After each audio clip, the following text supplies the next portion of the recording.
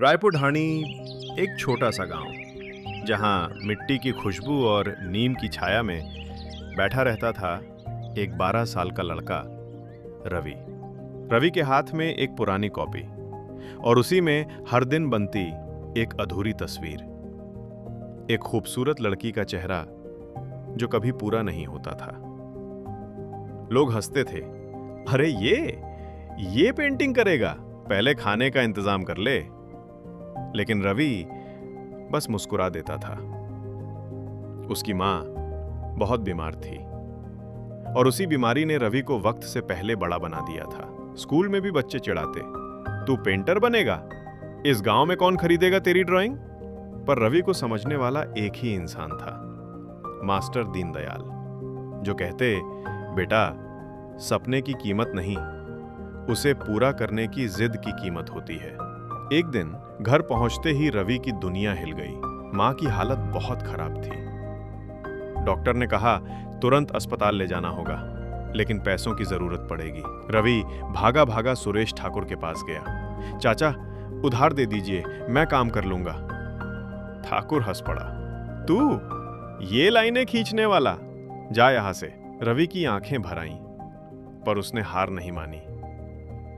अगले दिन गांव में एक काली चमचमाती कार ने दस्तक दी। उसमें से उतरी शहर की मशहूर पेंटर अनन्या मेहरा। उसे अचानक एक स्केच दिखा, कूड़े के ढेर के पास पड़ा हुआ, वही रवि की अधूरी तस्वीर। उन्होंने पूछा, ये किसने बनाया? गांव वाले बोले, एक लड़का है रवि, भूखा प्यासा ऐसे ही घूमता रहता है। अनन्या ने रवि को ढूंढ निकाला। ये तुमने बनाया? रवि शर्माते हुए बोला, जी, पर अधूरा है। अनन्या मुस्कुराई, अधूरा नहीं, ये तो जीनियस है। उन्होंने रवि को पंचायत के सामने पेंटिंग करने को कहा। गांव वाले हंस रहे थे। ठाकुर बोला, ये क्या करेगा?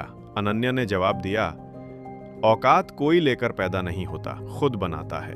रवि बैठा, हाथ कांप रहे थे। मां का चेहरा याद आया, आंखों से आंसू गिरे, पर उसने पेंटिंग नहीं रोकी। पहली बार उसने अपनी अधूरी तस्वीर पूरी कर दी। पूरा गांव चुप, सबकी सांसें थम गईं। अनन्या ने तस्वीर देखी और रुक गई। धीरे से बोली, रवि, ये चेहरा, ये बिल्कुल मेरी मां जैसा है। तुमने उसे कभी देखा कैसे? रवि बोला, नहीं, मैंने तो बस सपने में देखा था हमेशा। अनन्या की आंखें भर आईं। उन्होंने वहीं घोषणा कर दी, मैं ये पेंटिंग 5 लाख रुपए में खरीद रही हूं। गांव दंग रह गया।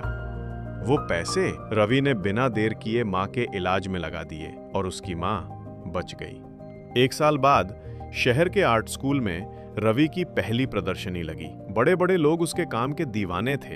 एक पेंटिंग के नीचे लिखा था, अधूरी तस्वीर अब पूरी जिंदगी, आर्टिस्ट रवि कुमार। और कोने में उसकी मां खड़ी थी, आंखों में गर्व और ढेर सारा प्यार। मॉरल, दुनिया चाहे जितना हंसे, अगर तुमने सपनों को पूरा करने की जिद रखी तो अधूरे सपने भी एक दिन पूरी जिंदगी बन जाते हैं।